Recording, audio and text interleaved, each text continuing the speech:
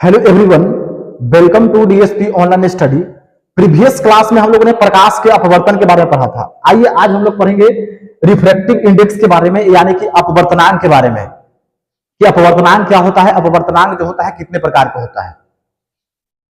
देखिए अपवर्तनांक क्या होता है, तो आपतन कोण की जगह साइन आई तथा अपवर्तन कोण की जगह साइन आर के अनुपात जो होता है क्या होता है, स्थिरांक रहता है, जिसे ही क्या कहते हैं, जिसे ही अपवर्तनांक कहते हैं। आपतन कोण की जगह साइन आई और अपवर्तन कोण की जगह साइन आर जो होता है स्थिरांक होता है, कांस्टेंट होता है, उसे ही क्या बोला जाता है, उसे ही बोला जाता है रिफ्रैक्टिव इंडेक्स यानी अपवर्तनांक बोला जाता है।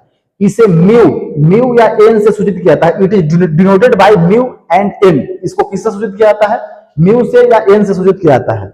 म्यू बराबर क्या होता है, साइन आई बटा साइन आर। क्या होता है, म्यू बराबर साइन आई बटा साइन आर। अब इसके बाद देखिए म्यू बराबर क्या होता है, तो V1 बाई V2।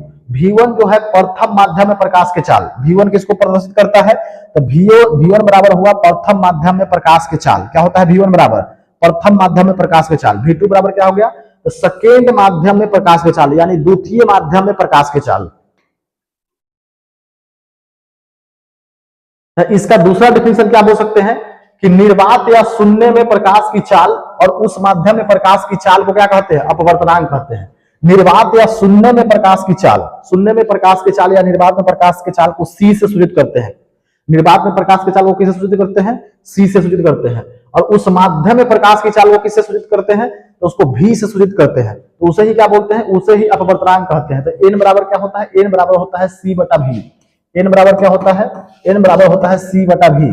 सी किसको प्रदर्शित करता है, तो सी जो है निर्वात में प्रकाश के चाल, निर्वात में प्रकाश के चाल को प्रदर्शित करता है, जो कितना होता है, 3 लाख होता है। कितना होता है, 3 लाख।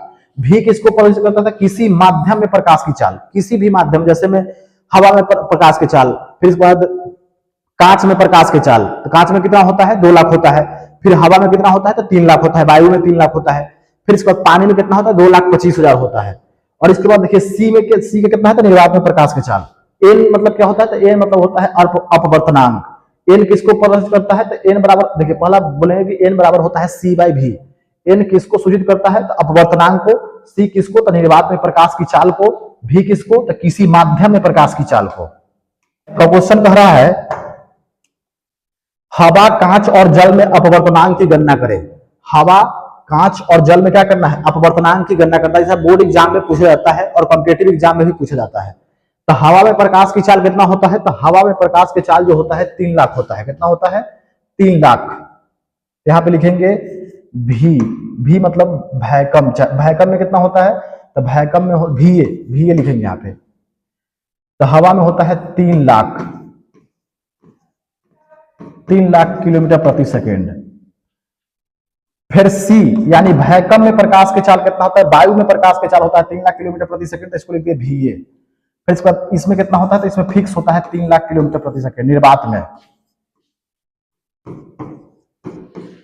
फिर इसके बाद देखिए तो एन बराबर क्या होता है, एन होता है अपवर्तनांक। तो एन बराबर होता है सी बटा भी। हम लोग जानते हैं कि एन बराबर क्या होता है, सी बाई भी। सी क्या है, तो सी है निर्वात में प्रकाश की चाल। तो निर्वात में प्रकाश की चाल कितना है, 3 लाख। इसके बाद भी यानी किसी माध्यम में प्रकाश के चाल। भी मतलब किसी माध्यम में प्रकाश के चाल। तो पहला कौन सा माध्यम है, पहला है हवा। तो हवा में प्रकाश के चाल कितना होता है, तो हवा में होता है 3 लाख।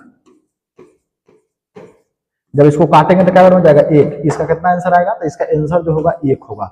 तो हवा में अपवर्तनांक कितना होगा, तो हवा में अपवर्तनांक जो होता है 1 होता है। ये अगर पूछता कि कांच में प्रकाश के चाल कितना होता है, तो इसको कांच में बदलते हैं। तो कांच में प्रकाश के चाल कितना होगा, तो कुछ नहीं करेंगे, सिंपल सा लिख देंगे। कांच के क्या होता है फॉर्मूला, कांच को इंग्लिश में क्या बोलते हैं, तो कांच को बोलते हैं जी यानी ग्लास। यहाँ पे लिखेंगे VG। तो ग्लास में प्रकाश के चाल कितना होता है, 2 लाख होता है। इकाई, दहाई, सैकड़ा, हजार, 10,000, लाख। 2 लाख किलोमीटर प्रति सेकेंड।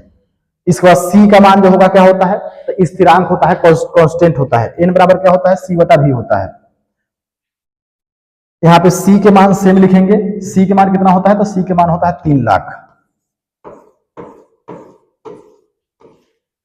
इसके बाद देखिए भी के मान यानी किसी माध्यम में प्रकाश के चाल यानी VG तो कितना होता है। इसको ऐसे भी लिख सकते हैं, पहले लिखेंगे एन बराबर सी बटा भी। इसके बाद इसको नीचे लिख देंगे एन बराबर सी बाई VG। तो कितना होता है, ई है 3, ई होता है 2 लाख, यानी कांच में प्रकाश का चल कितना होता है 2 लाख, यानी किसी माध्यम में इकाई, दहाई, सैकड़ा, हजार, 10,000, लाख। जब इसको काटेंगे 2 से, तो 2 से अगर काटते हैं तो कितना बार में जाएगा, तो 1.5, यानी 1.5 बार में जाएगा। देखिए इसका आंसर कितना होगा, 1.5 होगा। चलिए इसके बाद क्या है, तो इसके बाद है अपवर्तनांक के प्रकार। अपवर्तनांक जो होता है 2 प्रकार का होता है। पहला है एब्सोल्यूट रिफ्रैक्टिव इंडेक्स, जिसको हिंदी में बोलते हैं निरपेक्ष अपवर्तनांक। दूसरा है रिलेटिव रिफ्रैक्टिव इंडेक्स, जिसको बोलते हैं सापेक्ष अपेक्षिक अपवर्तनांक। आइए इस सबको हम लोग बारी बारी से देखते हैं। निरपेक्ष अपवर्तनांक क्या होता है, तो वायु या निर्वात के सापेक्ष, वायु या निर्वात के सापेक्ष, वायु या निर्वात के सापेक्ष किसी माध्यम का अपवर्तनांक को ही क्या बोलते हैं, निरपेक्ष अपवर्तनांक कहते हैं।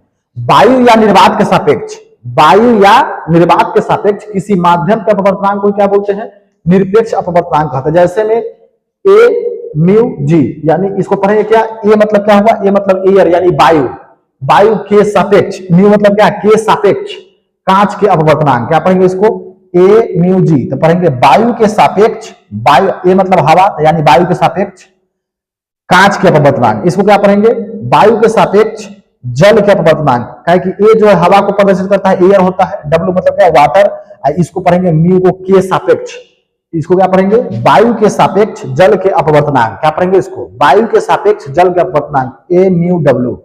इसके बाद है रिलेटिव रिफ्रैक्टिव इंडेक्स, यानी सापेक्ष अपेक्षिक अपवर्तनांक। क्या बोलते हैं, तब वायु या निर्वात के अलावा किसी माध्यम के सापेक्ष किसी अन्य माध्यम के अपवर्तनांक को क्या कहते हैं, उसी को बोलते हैं सापेक्ष अपवर्तनांक। जैसे जी म्यू डब्ल्यू, जी मतलब हो गया क्या, कांच यानी ग्लास, म्यू मतलब के सापेक्ष, डब्ल्यू मतलब वाटर यानी पानी, यानी कांच के सापेक्ष जल के अपवर्तनांक। क्या होगा, कांच के सापेक्ष जल के अपवर्तनांक।